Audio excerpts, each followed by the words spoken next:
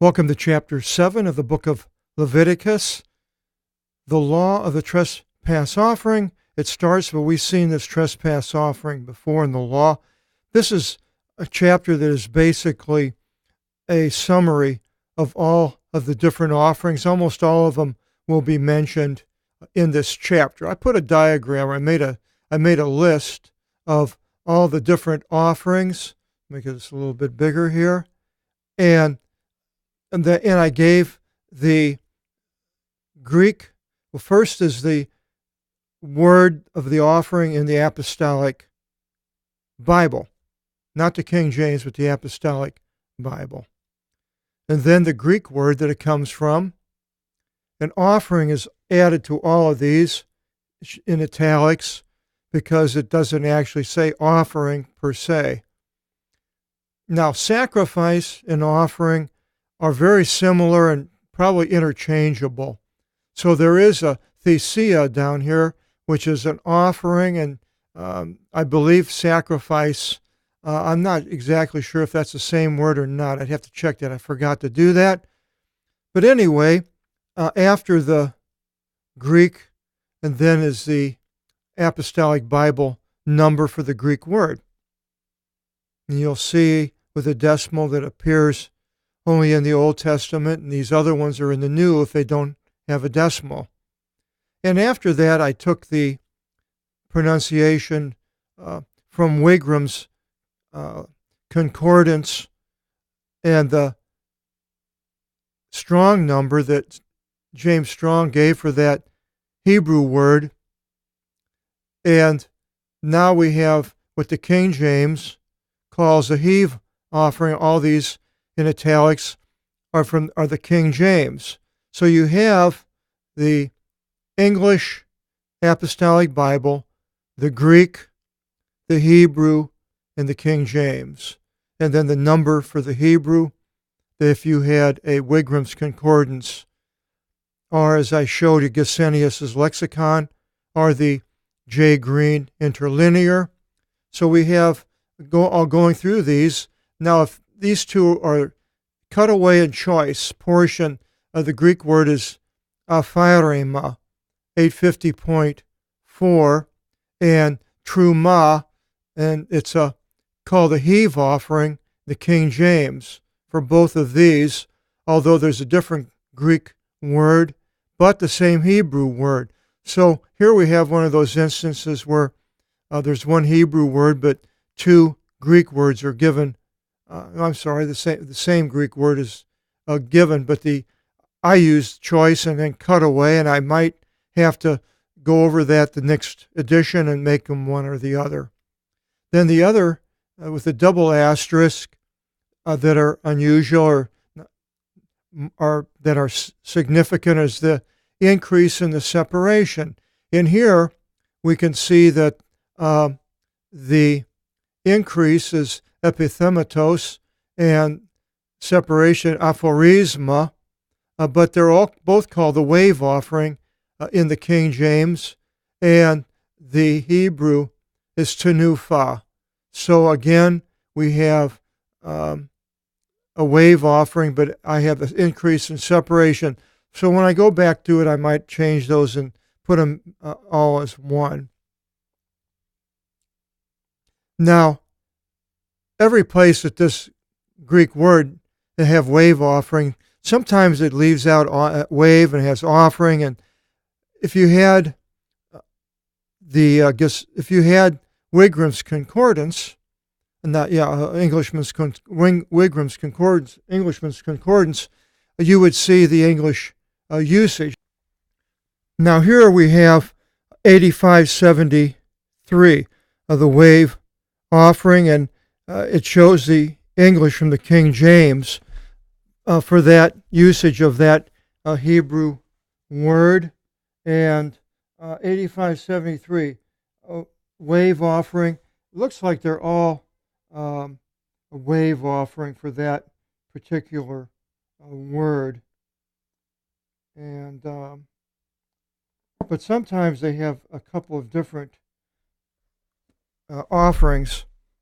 Now, we'll go through these offerings and we'll see them, and go through them in detail more as we get to them, and each one of them you write down all of the characteristics for it. But we have the choice or the cutaway portion or offering, apharema, the consecration offering, the miloim, and this is the teruma, the deliverance or peace offering is the shalom, the gift offering is the korban, and the increase, the separation,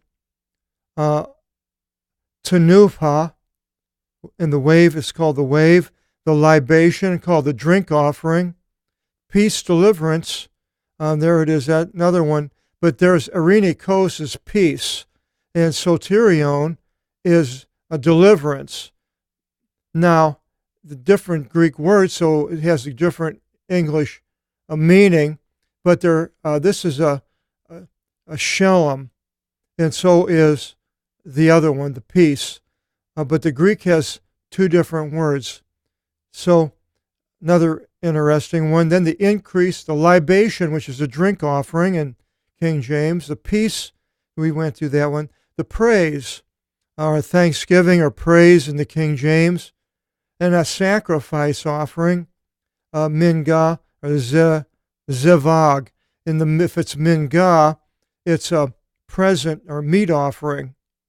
And if it's zevag, in the Hebrew it's sacrifice, but they used thesia in the Greek for both of these.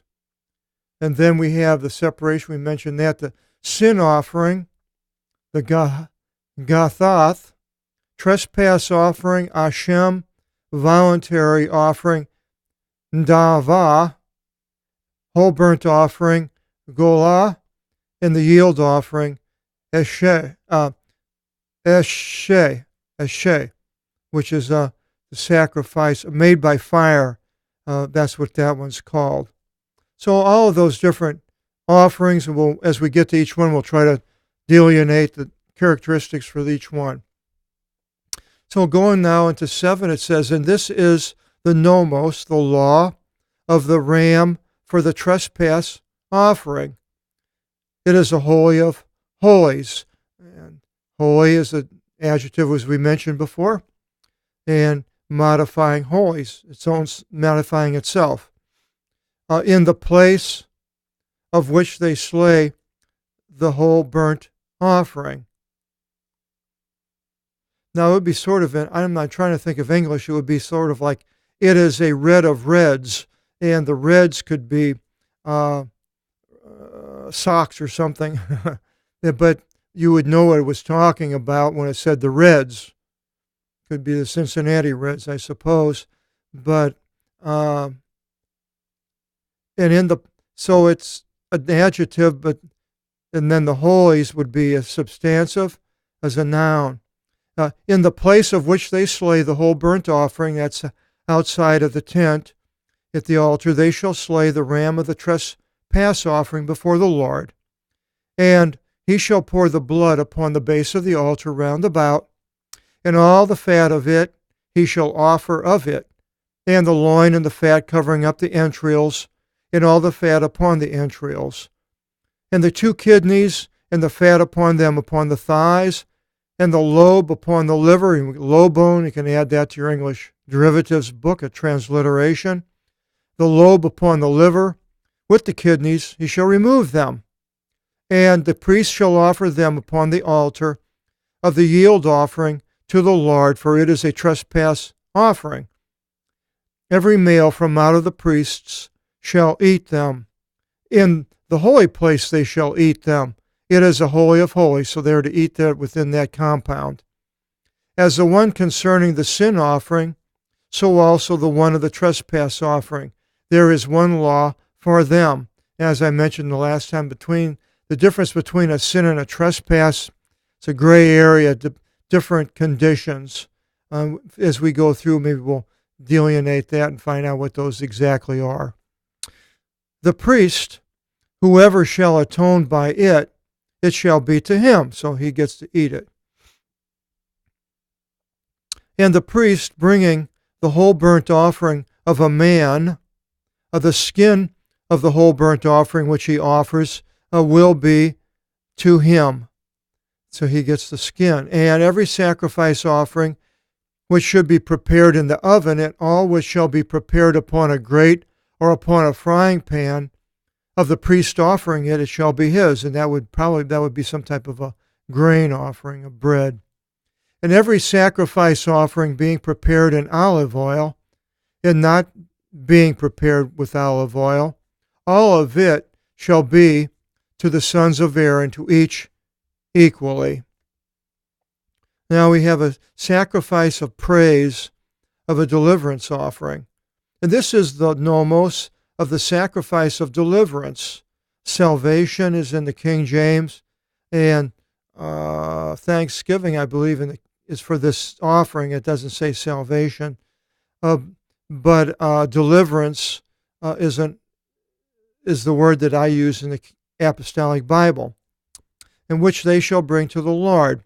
If indeed for praise a man should offer it, then he shall bring upon the sacrifice of praise unleavened breads made from out of fine flour, being prepared in olive oil, and unleavened pancakes being smeared all over with olive oil, and fine flour being mixed with olive oil. With leavened breads he shall offer his gift with a sacrifice of praise of his deliverance offering. So now we have them leavened, so they turn into a loaf instead of being unleavened. And he shall bring from his offering one portion from all of his gift offerings, a cutaway portion to the Lord.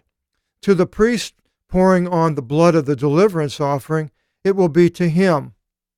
So they divide it, I suppose. And the meats of the sacrifice of praise of deliverance, it will be his. The priest, I think it's talking about. And in the day it is presented, it shall be eaten. They shall not leave behind of it into the morning. And if a vow should be, the voluntary offering he should sacrifice of his gift offering, in whichever day he should bring his sacrifice, it shall be eaten, and in the next morning. And the thing being left from the meats of the sacrifice until the third day shall be incinerated in fire. And if eating he should eat from the meats of the third day, it shall not be accepted to the one offering it. So if the priest messes up and waits 3 days, then that person that brought that is going to be cheated. It shall not be imputed to him. It is a defilement. And the soul who should eat of it shall bear the sin. So the priest knows if he does this, he bears the sin of the person that was bringing the sacrifice. And meats. Whatever as much as touch any unclean thing shall not be eaten. It shall be incinerated in fire. Every one clean shall eat clean meats. So if the priest would be, or I'm not exactly sure who would be unclean or how it would touch something, but if it was unclean. Every one clean shall eat clean meats. That means they are to be clean, the priests. And the soul whichever should eat from the meats of the sacrifice of the deliverance, which is to the Lord, then his uncleanness is upon him. If he is unclean, that soul shall be destroyed from out of its people. So a priest that is unclean doing this basically should be destroyed. And exactly what that means, hard to say.